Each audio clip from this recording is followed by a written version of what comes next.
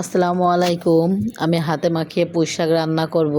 আমি এখানে কাঁচামরিচ, পেঁয়াজ, একটু জিরা বাটা, একটু রসুন বাটা, হলুদের গুঁড়া, মরিচের গুঁড়া, ধনিয়ার গুঁড়া নিয়ে সুন্দর করে সয়াবিন তেল দিয়ে হাতে মাখিয়ে নেব। আমি এখানে অল্প পরিমাণে পুঁই শাক নিয়েছি, খুবই সামান্য। পুঁই শাকটা সুন্দর করে হাতে কচলিয়ে মাখিয়ে নিব। হাতে মাখানোর পুঁই শাক রান্না করার খাওয়ার স্বাদটাই আলাদা। আমার মতন এরকম রান্না করে খেয়ে দেখবেন। দেখেন আমি মাখিয়ে নিয়েছি। এখন আমি পরিমাণ মতন একটু পানি দেবো, খুব বেশি পানি দিব না। আমি আগের থেকে পাঙ্গাস মাছ ভাজিয়ে রাখছিলাম, পাঙ্গাস মাছ ভাজিটা দিয়ে দিব। দেখেন আমার রান্নাটা একটু হয়ে আসছে, কত সুন্দর হয়েছে বন্ধুরা। দেখেন ফাইনালি দেখেন রান্নাটা এরকমভাবে খেয়ে দেখবেন হাতে মাখায়, আসলে বন্ধুরা খুবই সুন্দর।